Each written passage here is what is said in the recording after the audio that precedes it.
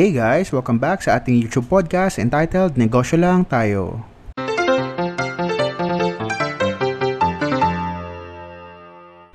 So, ito na naman tayo sa ating new episode. So, happy Friday everyone. So, for today, we are going to talk about Shakey's. Ayan. So, every Friday, no, ito yung magiging format natin, talagang mga large franchises ang mga i-discuss natin para we will end the week with a bang, 'di ba? So, for this Friday, ang napili natin ay ang Shakey's. Ayan. So, magkano ba talaga mag-franchise ng Shakey's, no? At kung patok pa nga ba talaga mag-franchise ng Shakey's dahil syempre ang tagal na ng Shakey's actually not just here in the Philippines but in other countries as well. But dahil ang tagal na rin ng Shakey's, ibig sabihin, ang dami niya na rin kalaban. So, andyan na rin sila SNR, syempre, andyan na rin si Greenwich, andyan na rin sila Little Caesar na pizza, na hindi pa masyadong gaano sikat talaga sa Philippines, no? Tapos, ang dami na rin mga self-baked or mga self-made pizza restaurant dito sa Philippines, and also mga international brands din na dumadating dito, no? So ang dami ng mga kalaban nitong ni Shakey's. So ang tanong, magkano ba mag-franchise at kung okay pa ba i-franchise si Shakey's? So let's begin.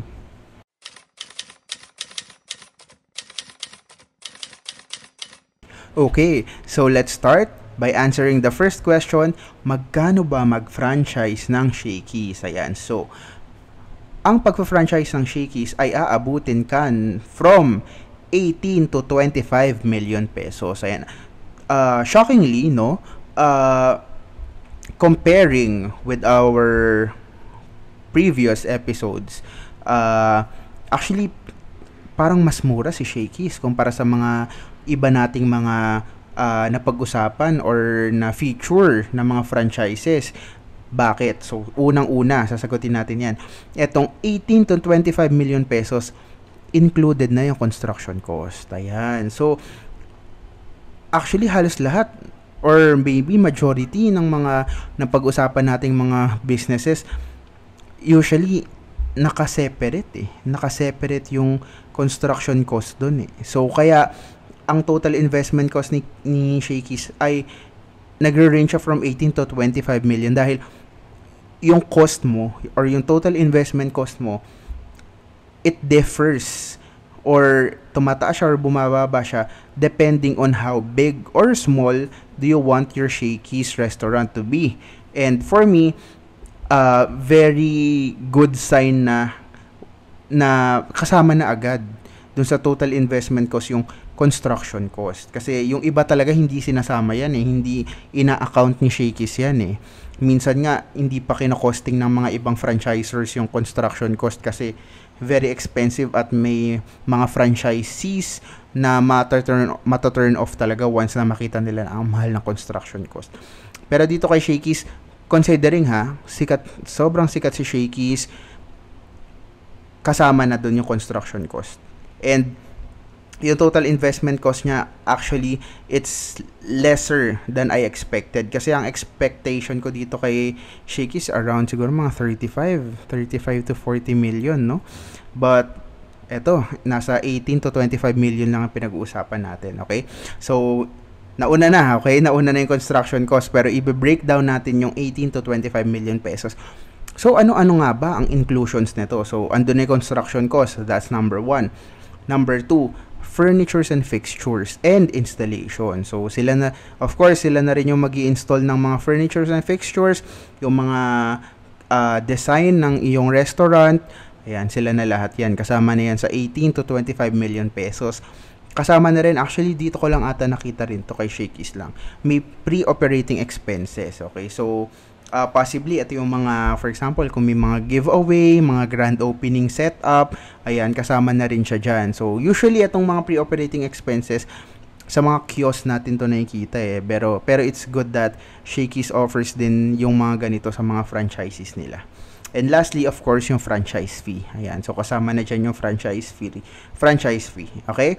So, again, the total investment cost ranges from 18 to 25 million pesos depending on how big or small do you want your restaurant? And for me, to be honest, as mentioned, for a brand like Shakey's, no, this is okay na.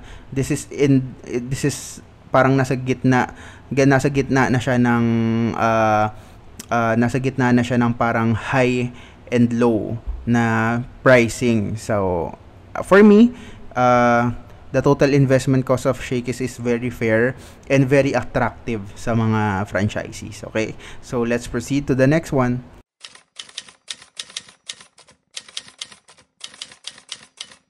Okay, so ano-ano naman yung mga franchise inclusions, no? So, ano pa yung mga included dun sa binayaran nating 18 to 25 million pesos. So, andito na. So, marami-rami to, no? So, number 1, marketing and advertising services. So, of course, every time na si Shakey's naman, hindi naman nawawala ng commercial yan, eh. 'Di ba? Nakikita nyo siya sa TV, nakikita nyo siya sa mga YouTube ads, nakikita nyo siya sa Facebook ads, and ang dami-dami niyang posters, billboards, 'di ba? Lamp posters, 'di ba? So makikita mo siya sa kahit saan, eh. So very sikat talaga or very aggressive yung marketing ni Shakey's. At kapag once na may yung mga commercial si Shakey's, definitely kasama na agad yung restaurant mo na doon. So napopromote niya na rin yung restaurant mo dahil of course iisang brand lang din naman kayo. Okay, next, standardized financial system. So ito rin yung isa ko nagustuhan kasi usually in terms of financial calculation or financial breakdown itself, minsan gagawa ka talaga ng sarili mo. I mean, meron din syempre mga sinesend out sa'yo si mga, katulad ni 7-Eleven, may sinesend out silang parang mga operating expenses mo every month, pero hindi nila dinidiscuss yun masyado, eh. Parang sinesend lang nila sa tapos ikaw na bahala mag-interpret. Pero ito si Shakey's, ipapahiram niya talaga sa'yo or ipapagamit niya sa'yo yung standardized financial systems nila. And definitely, i-explain din nila sa'yo to kung paano gamitin, ganyan, kung paano ayusin, 'di ba? Or how will you understand yung financial system nila. Okay? Number 3, centralized purchasing and distribution. So again, since Shakey's is a very, very big company, hindi na tayo masyadong mahihirapan sa supplies. Actually, isa din yan sa mga challenges ng mga franchisees, lalong-lalo na kapag in demand ang isang franchise. Minsan, nauubusan or nahihirapan tayo mag-order ng mga stock. Syempre, hindi naman tayo pwedeng dumiskarte ng sarili natin na bibili tayo ng mga sariling supply kasi may mga bawal na bilhin na supplies. Kasi, for example, si Shakey's may Mojo siya, yung sikat niya Mojos. Kung for example, di ka naka-order ng Mojos or out of stock yung Mojos nila, hindi ka naman pwede mag-serve ng walang Mojos dahil sikat yun. So, hindi ka naman pwedeng bumili na lang sa marketplace or bumili sa supermarket. Hindi pwede dahil mape-penalty ka dun. Pero dito kay Shakey's, centralized ang purchasing and distribution nila. Kaya, they are ensuring all of their franchisees na well-maintained at well-supplied ang mga tindahan nila. Next, operation standards and system and support. So, syempre, tutulungan din kayo ni Shakey's in terms sa pag-maintain ng mga restaurant nyo. So, yun naman yung maganda kasi syempre, inaalagaan nyo yung brand. Nasa inyo yung brand at tutulungan din kayo ni Shakey's para maalagaan ng mabuti yung brand nila. 'Di ba? Next, human resources, training and development. So, sa bawat franchisee naman or bawat franchisor naman, andyan naman talaga yung training, no? So, pero dito, Shakey's will also help you in terms, kasi may mga ano din sila, di ba? Parang mga agency na pagkukuhanan ng mga employees. So, kasama na rin yun. Tutulungan nila kayo dun. Okay? So, next, research and development or quality assurance. So, syempre, Shakey's naman, di ba? Actually, for all brands naman, for all franchises, talagang nagre-release sila ng mga new menu per month, no? Minsan per month, minsan per other month. It depends kung ano yung papatok, 'di ba? So of course, kasama na rin 'yan. For example, nagkaroon ng milk tea si Shakey's or yogurt, 'di ba? So definitely kasama yung tindahan mo doon sa bagong produkto na i-offer nila. Okay? And lastly, design, construction, and technical support. Ayan, katulad na na-mention ko, yung 18 to 25 million, andun na yung construction. So, syempre, andun na rin yung design and technical support ni Shakey's. Okay? So, next.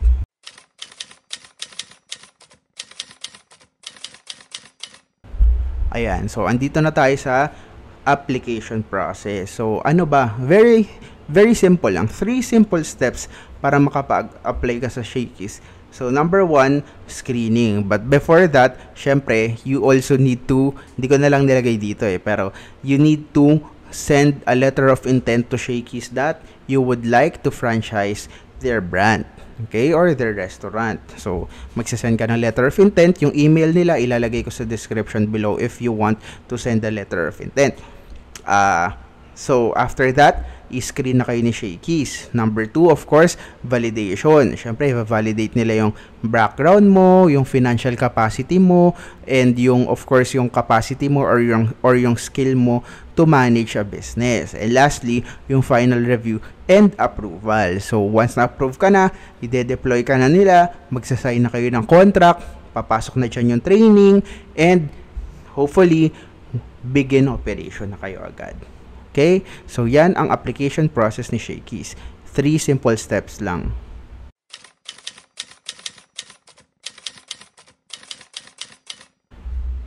And our verdict for Shakey's, no? Ang bibigay natin kay Shakey's ay 3 out of 5 stars. Ayan. So, bakit 3 out of 5 stars? Well, definitely for me very attractive yung total investment cost ni Shakey's. Dahil for example, kung ako gusto ko lang maglagay ng isang parang minimum sized restaurant ni Shakey's, so definitely nasa 18 million lang yon, all in na lahat. It's very cheap already for a brand like Shakey's. Pero bakit 3 stars lang sila? Dito na papasok yung market. Okay, so patok pa ba ang Shakey's sa market? Yan kasi yung magiging tanong 'di ba? So ngayon kasi syempre alam naman natin kung sino yung mga dominant brands, 'di ba? Andiyan si Jollibee, si McDo, KFC somehow lumalaban pa din, pero si Shakey's, I feel like Shakey's kasi although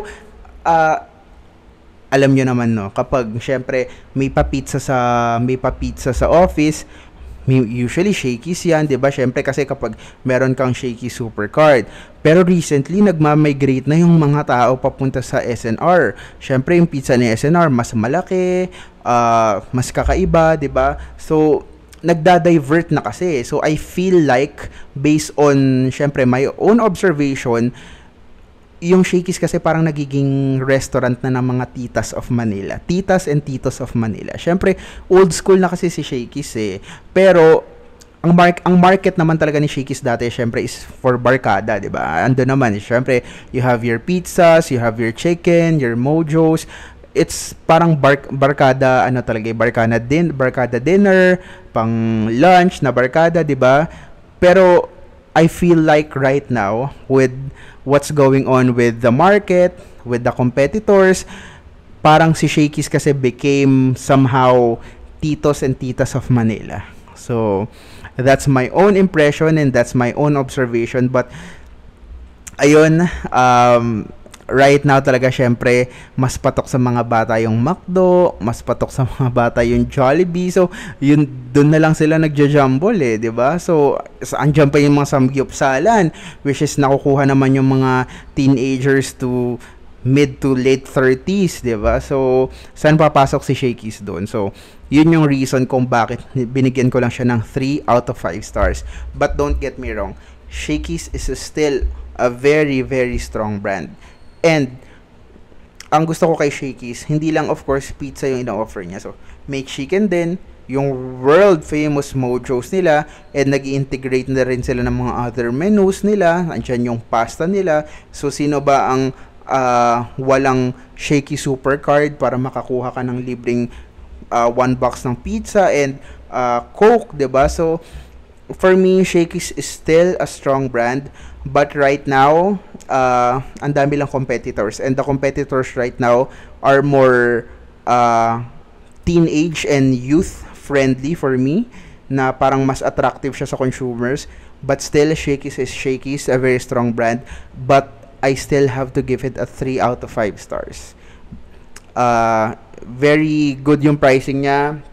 Maganda yung brand positioning. I'm just a bit hesitant and doubtful in terms of the industry itself on how Shakey's will compete against its competitors. Okay? But for me, if you're gonna ask me, Shakey's is still a good brand, a good business. You just need to find the right market and right location wherein you're gonna put your Shakey's restaurant. Okay? So, yan. 3 out of 5 stars for Shakey's.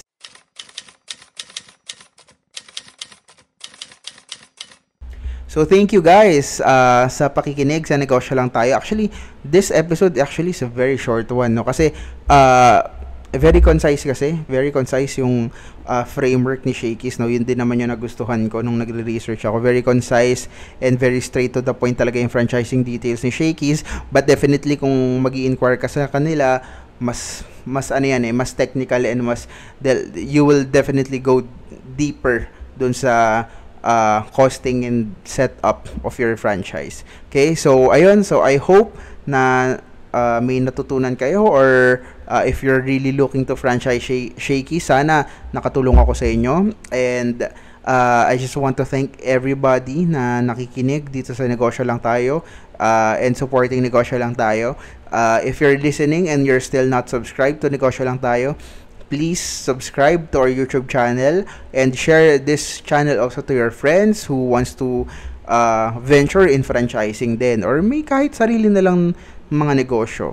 And also, please follow our Facebook and Instagram page at Negosyo Lang Tayo. So, nagpo-post din tayo minsan ng mga shorts natin dun, okay? So, please also support our shorts, yung bago nating segment, Negosyo Lang Tayo Shorts, okay? So, if you have more time, feel free to browse yung other episodes na hindi nyo pa napanood sa Negosyo Lang Tayo. And thank you for listening. Peace.